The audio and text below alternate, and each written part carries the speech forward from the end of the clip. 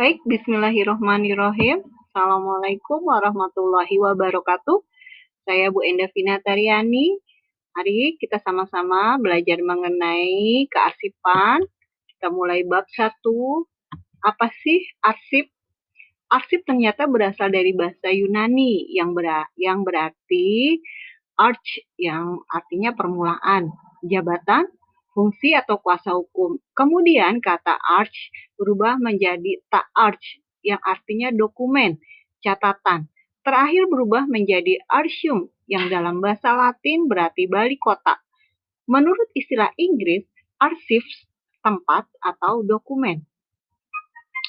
Arsip itu sendiri adalah suatu catatan record yang ditulis, diketik atau dicetak dalam bentuk huruf, angka, dan gambar yang mempunyai makna dan tujuan tertentu sebagai bahan informasi dan komunikasi yang terekam pada berbagai media seperti kertas, kertas film, dan media komputer.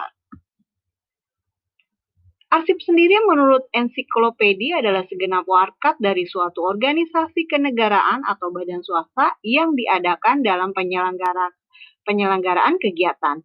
Kalau menurut Liang Ji, dalam Kamus Administrasi Perkantoran, arsip adalah kumpulan warkat yang disimpan secara teratur, berencana karena punya suatu kegunaan agar setiap kali dibutuhkan dapat ditemukan. Menurut Undang-Undang Nomor 43 Tahun 2009, Bab 1 Pasal 1, arsip adalah hal-hal yang berkenaan dengan arsip.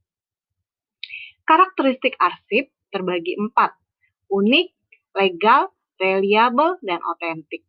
Unik artinya arsip tidak dibuat secara massal atau digandakan. Arsip berbeda dengan buku, jurnal, dan bahan publikasi lainnya.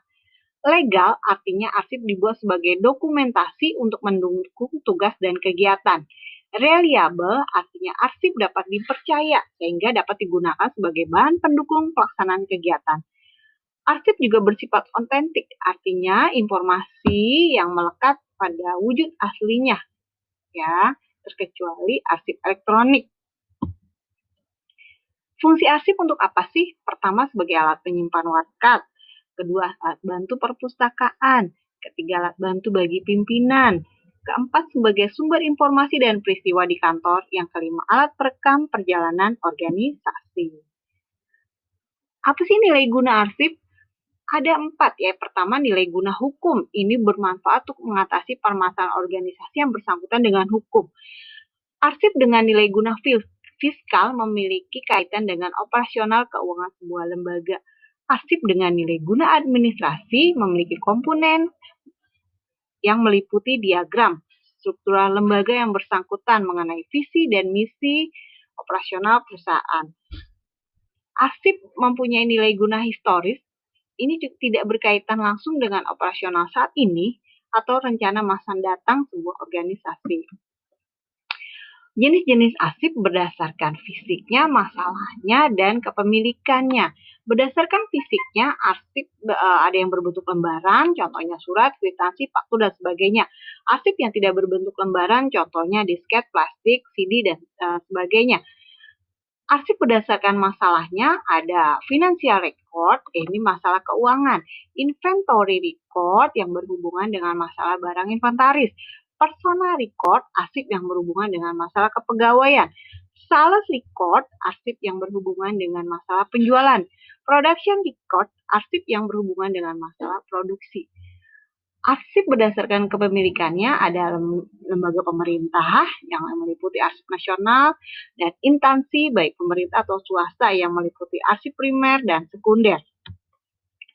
Jenis-jenis arsip juga berdasarkan sifatnya, ada arsip penting, arsip biasa, arsip tidak penting, arsip sangat penting, dan arsip rahasia. Berdasarkan fungsinya ada 2, arsip dinamis dan statis. Nah, nanti kalian baca LKS-nya lagi ya. Oke, baik. Setelah kalian mengganti pikiran negatif dengan positif, maka kalian akan memulai mendapatkan hal-hal positif. Demikian presentasi dari Bu